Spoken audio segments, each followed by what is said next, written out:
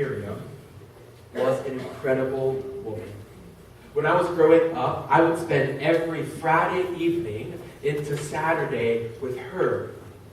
Every Saturday morning, we would go out for breakfast. And I was thinking this morning, when I woke up with the snow, I was reminded of mornings I would wake up at my great-grandmother's house and see snow outside, and how much joy that brought her. I had that memory this morning, which was a good one.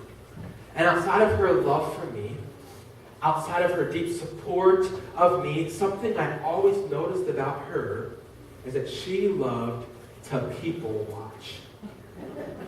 We could be having a conversation, and I would look at her, and she would be in a full stare at someone else.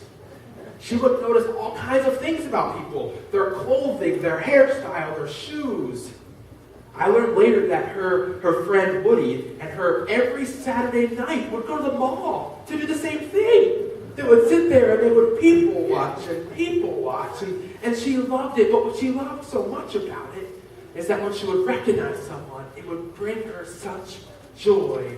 She loved the people watch.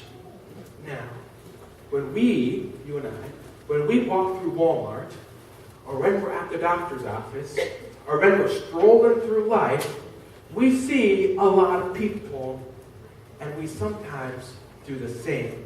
Yet what I'm going to call is not staring. I'm going to say we observe the people around us. Does that sound better? We're observing the people. And we notice all kinds of things about them, right? We see if they're smiling, or if they have some other emotion like sad or mad or depressed or scared. We see what kind of clothing that they're wearing. We'll see if we like it or not. If we would wear the same outfit. Maybe it tells us how well they care for themselves, or maybe how much money they have or they don't have. But we also notice when people are sitting alone, or when people are sitting with friends laughing, or when they're caring for young children. Depending on where we see them, we can see what kind of job they have, right? If they have some type of emblem on their shirt, or if we see them at a store, we see what kind of job and occupation that they have. But at times it's easy to learn a lot about people from simply observing, or as my great-grandmother did, staring at people. And even though the practice is probably not socially acceptable, we do glean a lot about people when we do this. And one thing that we can notice about someone that is actually probably quite helpful for us is someone's character.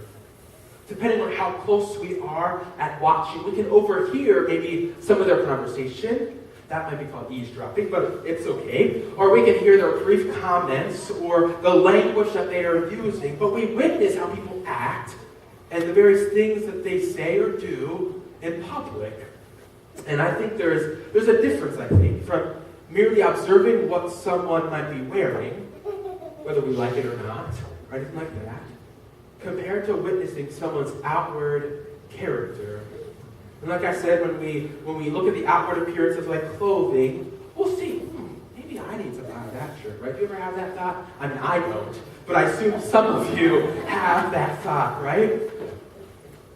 Or compared to when we really see someone with a character, we learn if we are attracted to that person, if we want to be around that person even more, if we like what they're saying, or if simply maybe we're repulsed by them. But the reality is, whenever we are outside of these walls, or maybe even when we're inside of these walls, people are watching and observing our character. So when we are followers of Christ, when our journey in life has been exposed to the love of God, what is our character to be like? Let me say that again. So when we are followers of Jesus, when we have learned and know about the love of God, what is our character to be like? To even know what we're talking about today, I decided to look in the dictionary at the word character. But because I'm a millennial, I'm in my 20s, I didn't go to a library like over there. I went to the internet, okay? And I went to the dictionary on the internet, and I found 3 different definitions of the word character. The first one was this. It's the mental or the qualities distinctive to an individual, right? The qualities about someone. That's what I went to the Merriam-Webster dictionary online, and I read these words: an attribute or a feature that makes up someone, makes and distinguishes an individual. Or finally, dictionary.com says this about character. Character is a reputation. Our character is what is reflected to other people. It's the reputation, the words that they would use to describe the attributes or the features that someone uses to help reflect who we are is our character. So as we talk today, I hope to think about who do we want to be? What are the words you want someone else to describe you? What kind of character do we want? As I thought about Advent this year, and I was beginning to think about the story a couple of months ago, I was drawn particularly to the character of Joseph. Not the character in like a story, right? Not that they were just the father of Jesus, but who he was, the attributes that people share about the earthly father of Jesus. And I was thinking about it, I realized that I think his attributes are contagious. So I want to investigate today, what are these characteristics? And then wonder how we can emulate or follow them as well. So we hear the story. We begin the narrative by hearing that the writer wanted that the birth of Jesus was going to happen in a specific way. And there was a young woman named Mary that we talked about last week. She was engaged to a man named Joseph. This is not probably a new story for us. But then we read quickly that her husband Joseph, Mary's husband Joseph, was a righteous man. Now, I don't want to go any further than that. I got hung up on that word righteous as I began to think about the story. Now, this is the first time we learn or hear about this guy named Joseph. And really, it's one of the first cases in the four Gospels that we hear about this guy named Joseph. And he could have used any word that he wanted. Right? He had the chance to really describe this guy, but the author used one word to quickly describe who Joseph was. And he writes that he was a righteous man. Now, I don't think that this gospel, or this writer, I don't think the author was a suck-up. I don't think he was an encourager, right? And what I mean by that is, we can see all throughout Scripture that some biblical characters don't have the best reputations, what you say, right? We have some people like King David, right? A man after God's own heart who didn't have a good reputation. And he could have used any other words to describe this man. It was his chance to describe. It really helps us instantly to know if we're going to like this guy named Joseph or not. And the word that he used was righteous. Or some say just. He knew the laws, he knew the customs, he knew the practices of the Jewish faith. And we can see the author putting out his righteousness that led him to not want to disgrace Mary, who may or may not, he may presume, to have broken the commitment. But instead, the text tells about his actions. But what I also think it tells us a lot about who he was, his character. He was someone who was holy in his heart. What concerned him the most was his deep faith in God, how to best love Mary in this moment, and what it led him to was being called righteous. Now, someone was to write a book about us. And the very first word used to describe us was probably the best compliment in the world. What would that be for us? What would be the best compliment in the world? Christ-like, yes, that's the epitome of it, right? Christ-like. What other words? What's like the best compliment you could receive? Trustworthy. Trustworthy, right? What else? The best compliment. What was that? Intelligent, yeah. A good person, right? What would be the best compliment for you? Compassionate. Dependable. Absolutely. One more. Gracious wife. I like that. Gracious wife. You can figure that out. But that's great, right? A gracious wife. I love that, actually. Because we would use all of those words. That would be the best compliment for us. And I think if Joseph would have read this gospel and said that he was called righteous, that was the best compliment he could have ever received. Right off the bat, right? He received the best compliment in the world. Yet I know that even though that's the best compliment, and we would love these best compliments, we don't always live into those, do we? There are moments that we don't. And I was thinking about my own life this past week. And I was thinking about, even though we're righteous, and I realized that I have not always lived a life but that you would call righteous. You know, many years ago, before I began dating Hannah, I was dating someone else. I won't say her name to not publicly disgrace her. But from the very beginning of that relationship, it was toxic, it was harmful, it was not rooted in God, nor would I call it a model relationship at all. For months, I continued in this poor relationship, beginning to change my behavior. My words changed. My thoughts weren't healthy. I began to walk a road, a path that I never thought I would walk down. I was walking that road, and you know what the worst part of the story is? The worst part? I was halfway down that road until I was walking down a path I didn't want to be on. It took me months to realize that I had begun to walk a path I didn't want to. But how I came to realize it was a couple from the church that I worked with. They loved me, and they began praying for me. They wanted to meet with me and pray for our relationship. And they began to challenge me to think about, is this relationship righteous?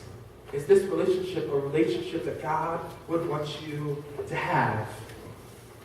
So after realizing that, months later down this path, I began to walk out of that.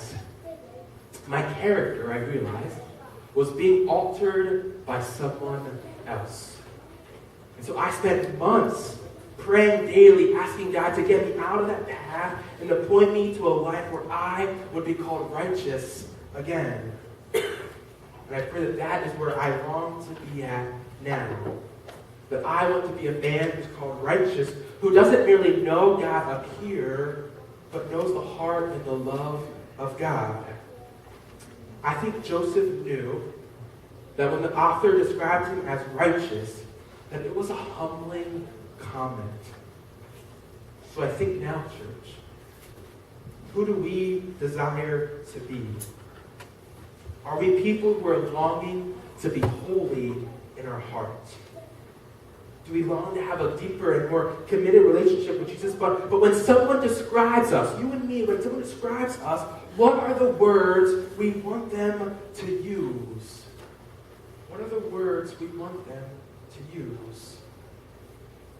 But I love that Joseph wasn't just called a righteous man, someone who knew the heart of God. But we also witnessed something peculiar, something unique. You know, after he was called righteous, and after he decided that he was going to just publicly, to not publicly disgrace her, just to call it off quietly, this is when the angel of the Lord appeared. And I'm going to read a few verses here. But just when he had resolved to do this, an angel of the Lord appeared to him in a dream and said, Joseph, son of David, do not be afraid to take Mary as your wife.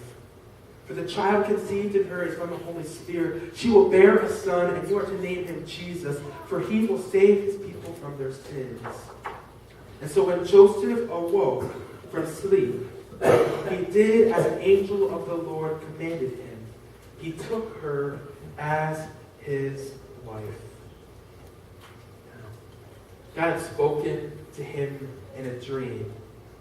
And when he awoke, he simply obeyed.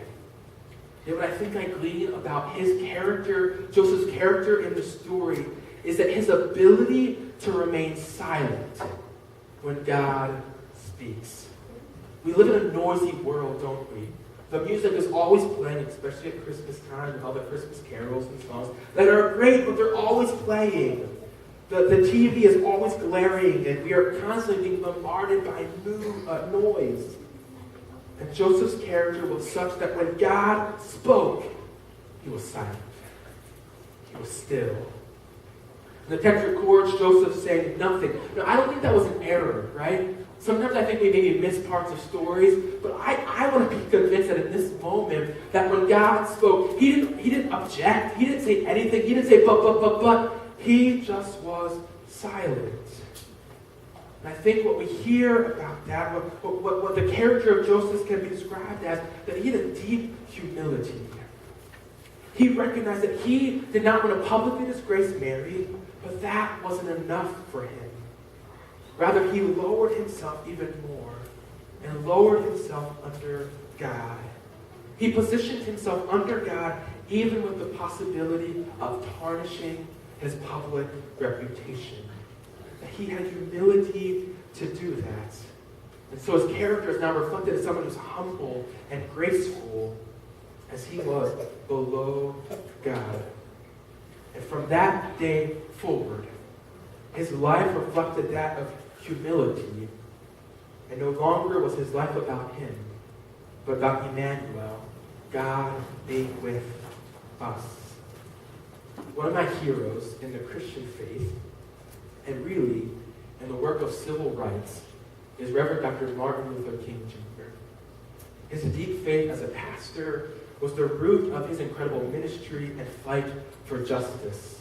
He was known as an activist, a prophet, and a preacher, and I've read many of his speeches, probably all of his speeches, and still, one of these top two are still my favorite, which was I Have a Dream speech, in which he delivered on August 28, 1963, in D.C., outside of the Lincoln Memorial. And it still remains one of the most prophetic and powerful messages that I've ever heard or listened to. And so before the crowd of 300,000 people, Dr. Martin Luther King Jr. stated these words. I'm happy to join with you today in what will go down in history as the greatest demonstration for freedom in the history of our nation. I say to you today, my friends, so even though we face difficulties today and tomorrow, I still have a dream. It is a dream deeply rooted in our American dream. I have a dream that my 4 little children will one day live in a nation where they are not judged by the color of their skin, but by the content of their character. I have a dream today. Those words still ring in my mind. Especially in our world today, my prayer is that we will be judged by the content of our character. Because I think King got it right that day. The character of who we are, the character of who you and I are, is the most important aspect of us.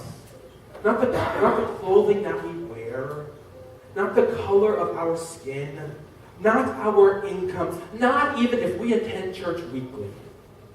But what is most important is who are we? When God looks at us, what kind of people does God see? As we journey through Advent, as we anticipate God being with us again, as we wait, what kind of people are we going to be? What will our character be like? When people watch us, what will they see? I think Advent is that time where we slow down and we self-reflect and we anticipate Jesus being with us again. So as we wait, let us reflect. Let's reflect upon who we are. Who do we want to be? And how are we going to achieve it? So when people watch us, church, when people are staring at us, what will they see? Amen.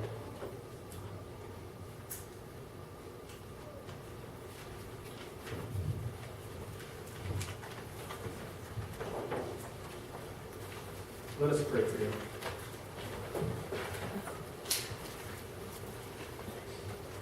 God, I just pray in this moment that we just sit and we're just still for a moment.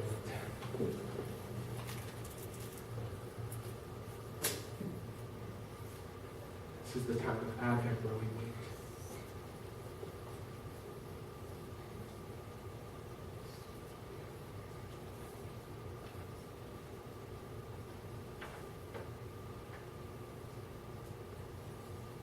God, as we anticipate you, we know as we anticipate you, oh God, that is good news. That is the best news. That means that you are not far away, but God, you are with us. You are next to us. You are in us. God, thank you for being a God who wants to be in a relationship with us. As now we're in this relationship, oh God, we repent. We ask for your forgiveness for times when we don't reflect you, and our character doesn't reflect you. I ask for forgiveness, oh God. So God, as we embrace your forgiveness, as we look to see how our heart and our mind and our thoughts can more reflect you. Give us the power. Empower us through your Holy Spirit. Guide us. Lead us. Thank you for being a God who sent Jesus. Thank you, God. In Jesus' name we all pray. Amen.